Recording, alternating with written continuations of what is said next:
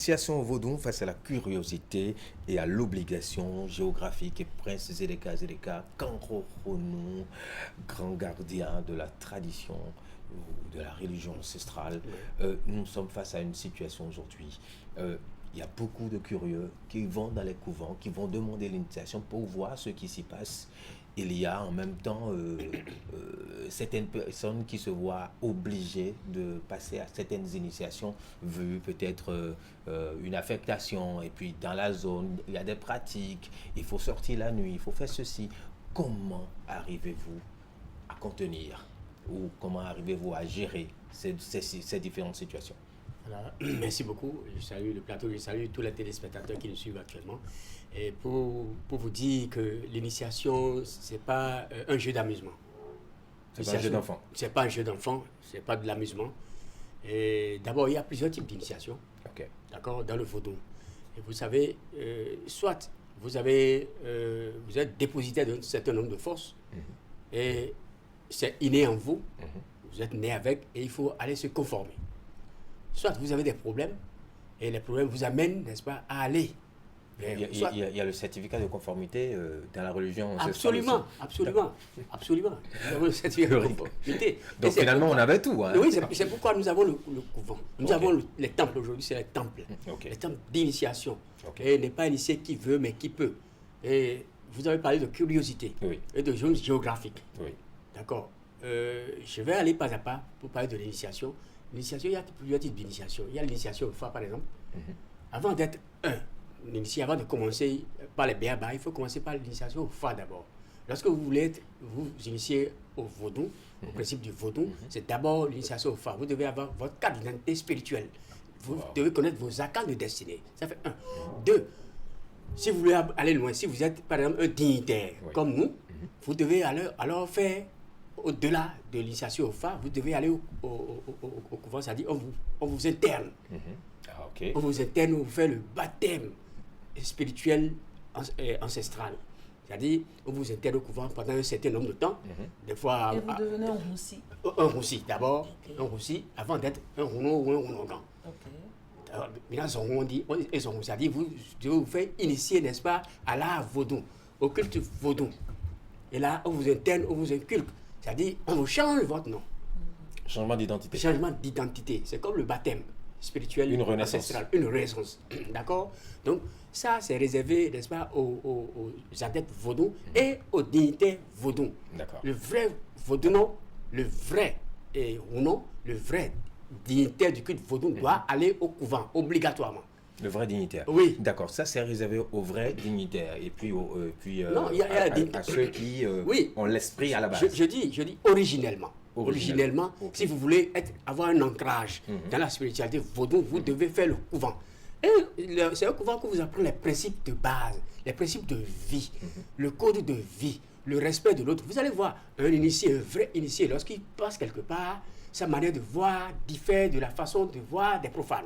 C'est-à-dire, il se comporte autrement. On se dit, ben, celui-là, il est bête ou quoi? Il a l'esprit du pardon, il a l'amour du prochain, il a l'esprit de solidarité, il se comporte autrement. Il se comporte autrement. Ulrich Ekouegaba, nous posons le problème de curiosité.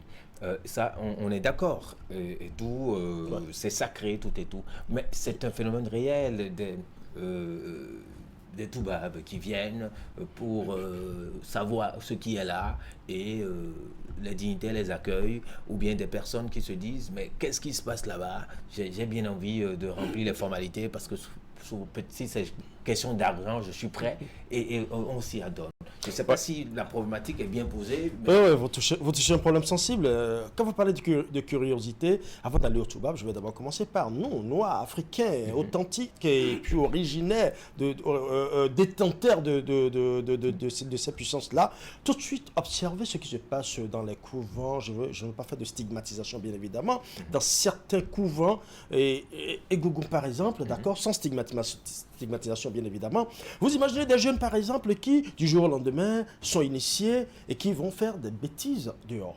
Vous savez, autrefois, comme l'a dit tout à l'heure le dignitaire qui est avec nous, vous allez remarquer que autrefois, ce n'était pas seulement ceux qui peuvent. Il y avait également ceux qui en sont dignes. Il faut mettre l'accent sur cet aspect-là.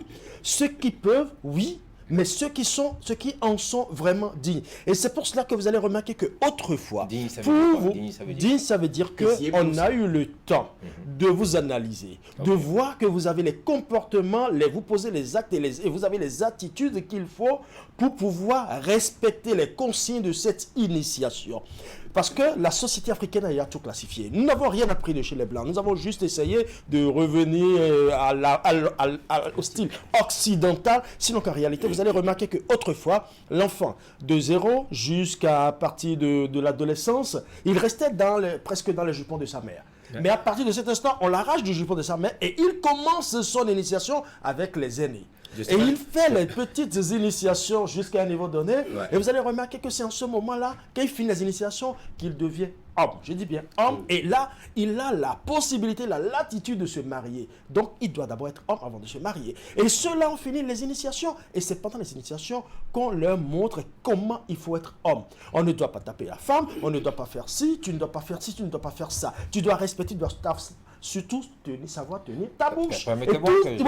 Maintenant, celui qui n'en est pas dit, on n'a pas étudié toutes ces aptitudes-là chez lui. Il est venu du jour au lendemain, il a dit qu'il veut comprendre ce qui se passe là. On dit, bon, ok, on y va.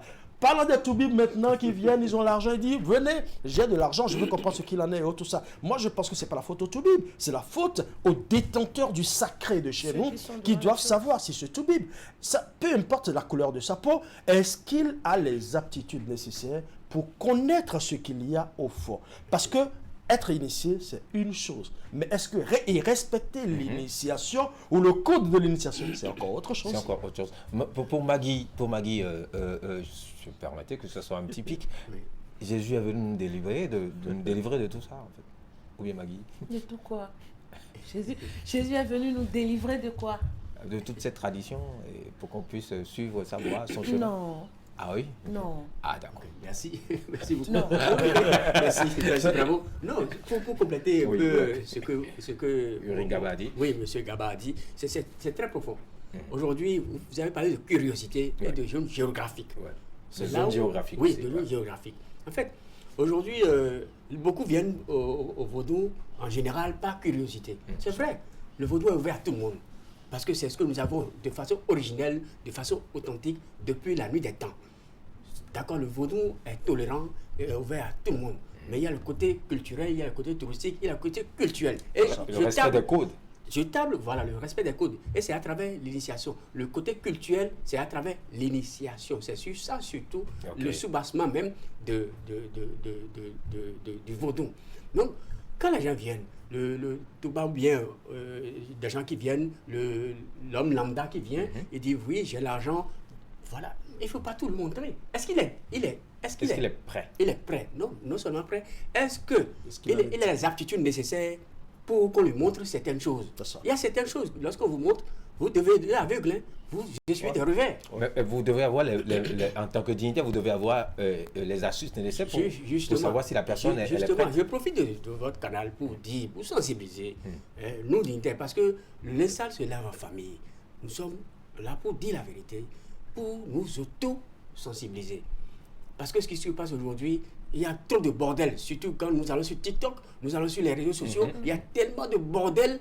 La dernière fois, j'ai vu une fille, je ne sais pas d'où, qui lui a donné ces trucs-là, et en direct, là, elle utilise les prix, les puissances, elle dit n'importe quoi, c'est n'importe quoi. Il faut régulariser.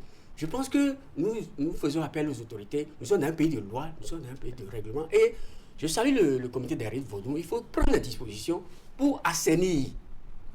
TikTok, il faut assainir. TikTok, il y a trop de bordel. Et ça ne nous avantage pas. On vend les gris-gris sur TikTok.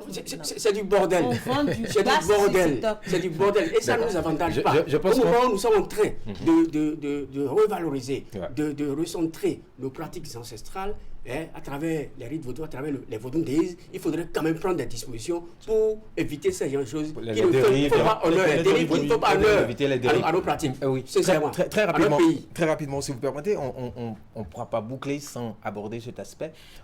Qu'est-ce que vous dites, par exemple, d'un enseignant qui a été affecté à Kétou, où il y a le oro qui sort tous les soirs ou bien parfois en journée, est-ce que cet enseignant, quelle que soit sa confession religieuse, est-ce qu'on va parler de curiosité ou bien on va parler d'obligation pour qu'il puisse s'initier? Oui, oui.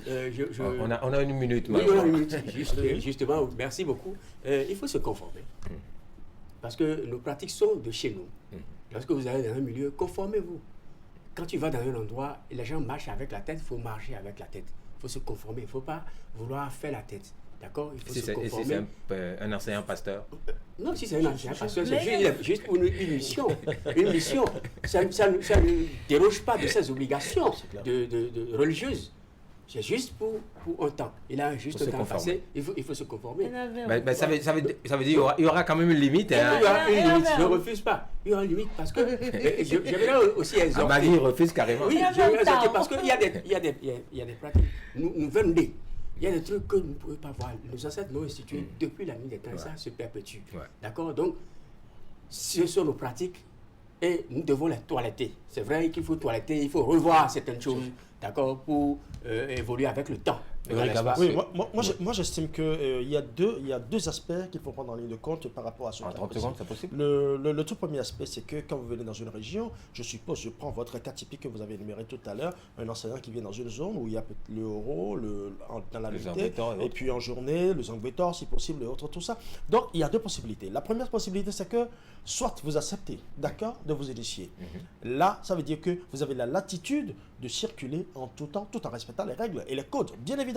Deuxième option, je suis peut-être d'une obédience religieuse qui ne me permet pas de le faire ou je n'ai pas envie de le faire, personne ne peut m'y contraindre, a priori. Là, il y a quelque chose qu'on faisait et qu'aujourd'hui nous ne faisons plus. Quand vous allez dans une localité, vous allez vous faire connaître par ceux qui sont dans la localité.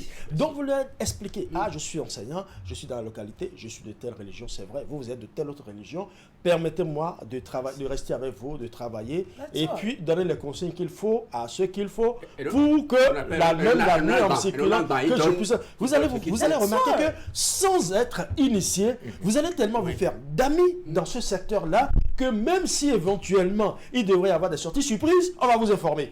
On vous dira que attention à pas tout à l'heure de sortir. Mais vous serez obligé de subir les restrictions. Oui, forcément. La preuve, attendez, si vous dites que vous ne voulez pas faire l'initiation, forcément que vous subissez les restrictions parce que il faut s'initier pour connaître le code, pour savoir ce qui se passe. Il faut compléter un peu, il faut donner ce qu'il faut.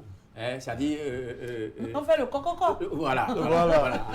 C'est-à-dire, tu donnes ce qu'il faut. Et là, on sait que celui-ci, il est tel. Dans toute loi, il y a des exceptions. Et surtout, ne jamais provoquer. Ça, c'est l'aspect le plus important. Vous permettez qu'on revienne là-dessus le mercredi prochain? Absolument. Oui, parce que c'est tellement important. Nous allons aborder surtout cet aspect géographique de la chose, parce qu'il y a beaucoup de gens qui sont confrontés à cette situation. On revient avec beaucoup plus de détails mercredi prochain avec Prince Zeleka Kampoko. Merci pour votre disponibilité. Ce sera tout pour aujourd'hui. C'était le plein de